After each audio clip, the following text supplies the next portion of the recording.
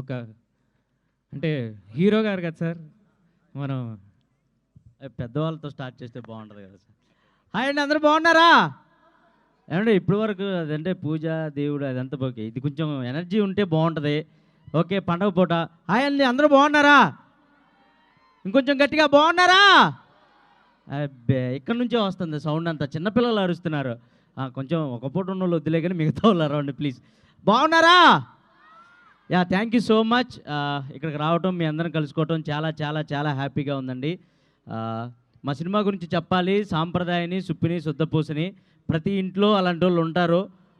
మీరు నాకు తెలిసి ఈ ట్రైలర్కి చాలామంది కనెక్ట్ అయినట్టున్నారు. చాలామంది భార్యలో భర్తలు అందరూ కనెక్ట్ అయినట్టున్నారు. అమ్మా ఓకే, మనీ ప్లాంట్ మన ఇంట్లో కూడా ఉందా?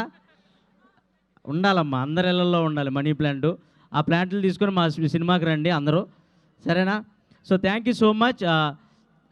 మేమంతా ఈ సినిమా చాలా కష్టపడి చేసాం అనే దానికన్నా శివాజీ అన్న అండ్ సుధీర్ అన్న ఇష్టపడి చేసిన సినిమా ఇది.